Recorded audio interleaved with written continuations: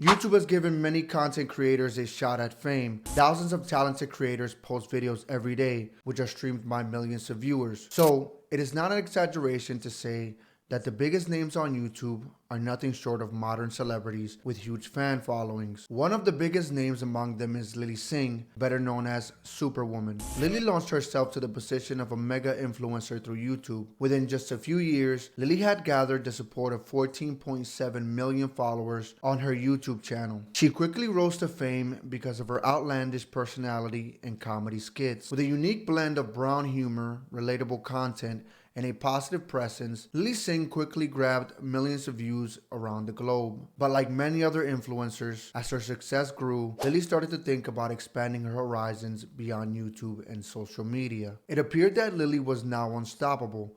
With a loyal fan base of millions, Lilly had her eyes set on going to the big screen and even writing a book. But somehow, in the years that followed, Lilly's relevance began to fade somewhere in the background. She already had people who loved her content, and now huge investors were backing her up on mainstream media. All of the ingredients were there, but instead of growing, her career and fan following were slowly going downhill. In this video, we'll take a closer look at her journey, from her humble beginnings on YouTube to her rise to stardom, controversies, and the eventual cancellation of her late night show. Lilly's career has taken many turns. So, let's take it from the top. Lilly Singh was born on September 26, 1988 in Scarborough, Ontario, Canada, as a second-generation Indian immigrant. She started her YouTube journey in October 2010 as the Superwoman. But why Superwoman?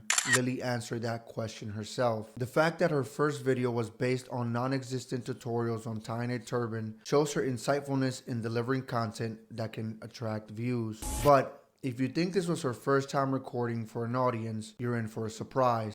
Even though this is a home video that she filmed years before making her YouTube debut, it is safe to say that Lilly always had it in her to face the camera with confidence. Believe it or not, Lilly even made a little appearance in a Bollywood movie before her big YouTube breakthrough. As she started posting on YouTube, Lilly experimented with piano covers, rap remixes, and serious commentary. What started as a year off from school to discover herself slowly grew into her full-time career. Lilly's first attempt at comedy was with a video titled Stop Punjabi Madness, and later with another upload giving a guide to brown girls. Given that it was only 2010, the production value of the video was pretty ordinary, but what grasped the attention of the viewers was her relatability to a large brown audience, especially brown girls. Lilly tiptoed around many creative concepts, but what eventually led to her big break was her relatable brown household content. Given that 2010 was the era of parodies, she hit the jackpot with this strategy. Lilly represented children of brown immigrants from all over the world. Her audience wasn't just people who lived in Canada, but people from all over the subcontinent could relate to her. Her Superwoman videos were majorly based on a mix of relatable comedy sketches and vlogs on Indian living abroad and brown culture, showcasing relatable Desi household problems. From her Desi dad to a white girl, Lilly's impersonation skills were the highlight of her sketches. The fact that she was a brown girl talking about brown problems meant that what she had to say had value. Her journey from 2010 till 2013 was pretty steady, reaching up to 170,000 subscribers. She even paid homage to herself upon reaching 1,000 YouTube subscribers. Her consistent uploads and relevant content eventually caught the attention of the YouTube algorithm, helping her gain close to 1.8 million subscribers by the end of 2013, reaching a dream growth in subscribers. Lilly had learned her lessons. The audience wanted comedy sketches, and she had to be consistent. She also had things going in her favor too. When Lilly started creating her content, YouTube comedy sketches were mostly being created by male content creators. It is safe to say that she was exploring a niche many others hadn't so far. The lack of representation of brown women was the final ingredient to her recipe for success as a content creator. By 2014,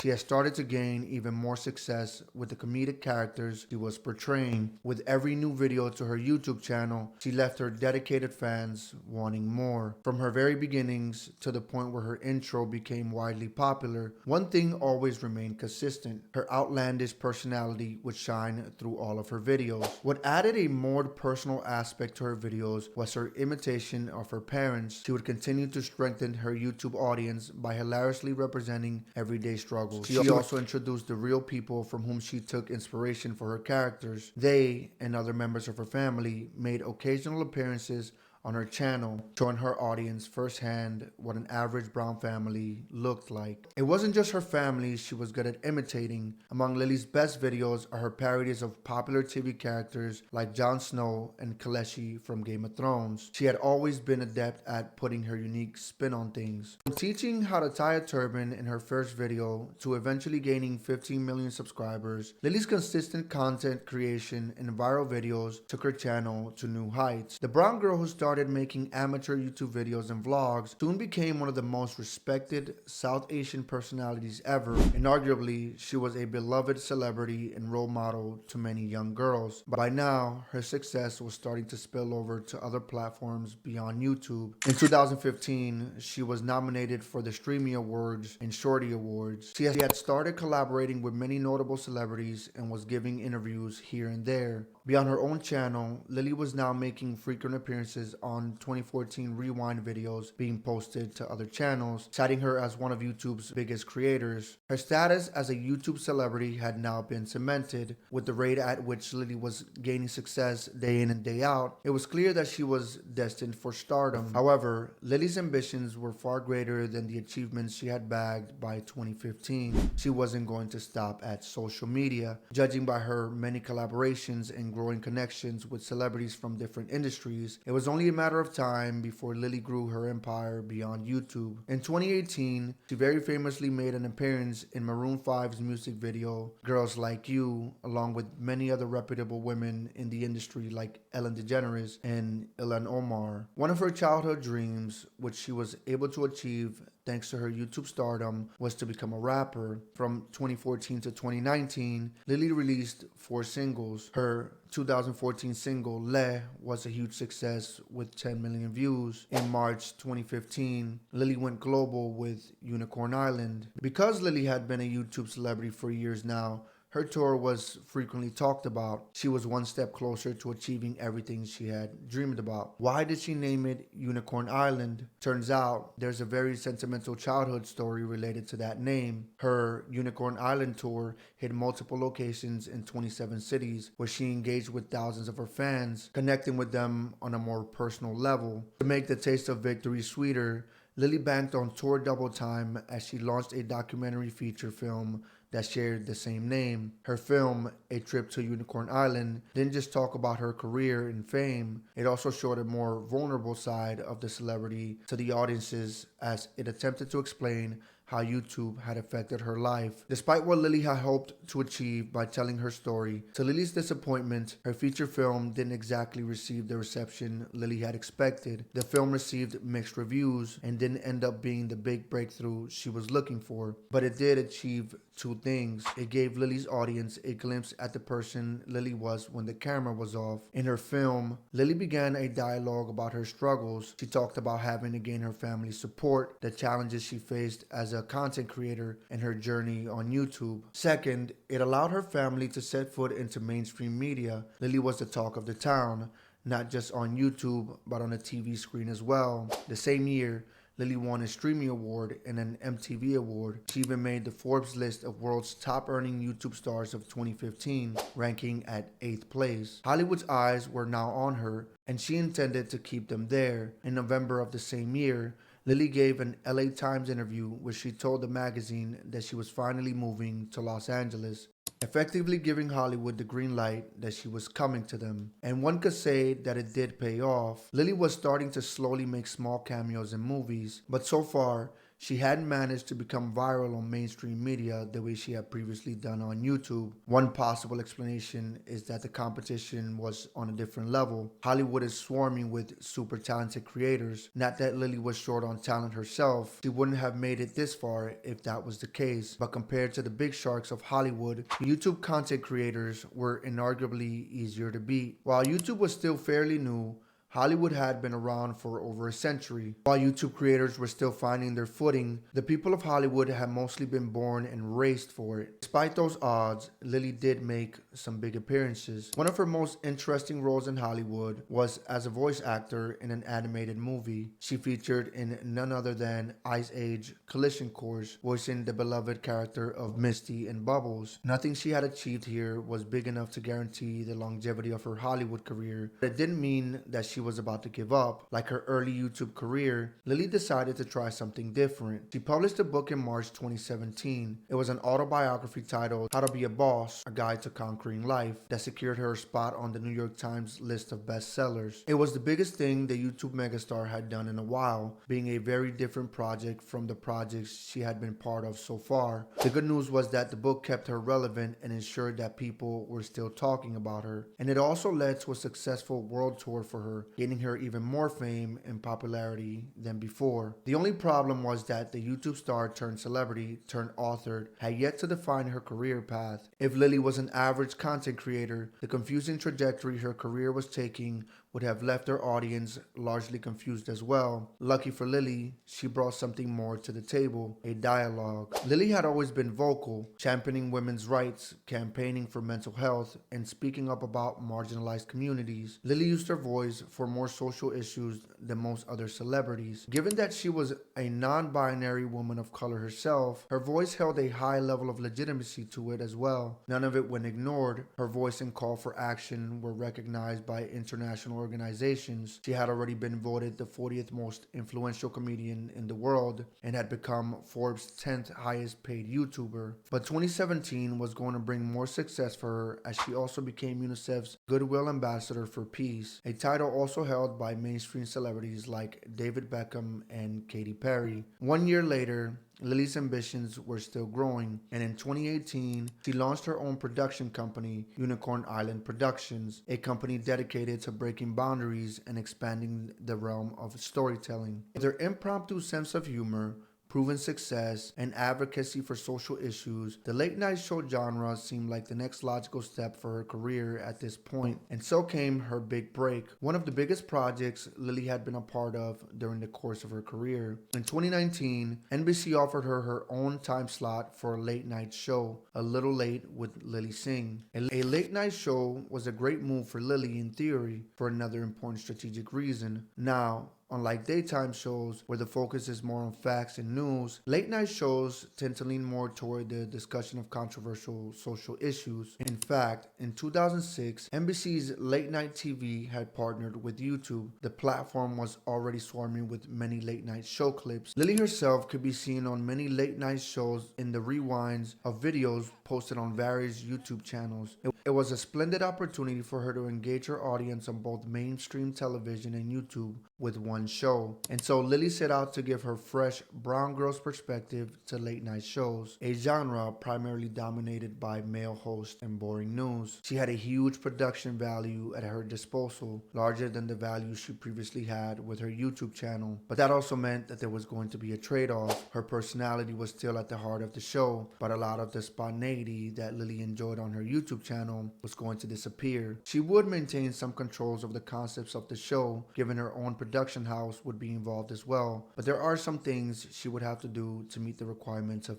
NBC. On September 16, 2019, A Little Late with Lilly Singh debuted with a heartfelt monologue highlighting the most beautiful heritage and background. On September 16, 2019, from simple impersonations to collaborating with celebrity giants such as Casey Neistat, Terry Crews, Hassan Minaj, and John Cena, Lilly had come very far. Her show incorporated her impromptu humor, prepared skits, and dialogue about social issues. Some critics reviewed the show positively, appreciating her fresh perspective and citing the show as revolutionary. Others, on the other hand, weren't very thrilled. Some were very critical of the YouTube style of hosting, while others criticized Lilly's staccato style of conversation. Some critics felt that there were already many jokes that had a lot to do with Lilly's brown heritage, and it was getting repetitive. A lot of the audience held the opinion that Lilly's humor was, to put it simply, just cringe. While we can argue about the many things that went wrong with A Little Late with Lilly Singh, one thing was for certain: the only value the show brought to the audience was the story of a brown girl.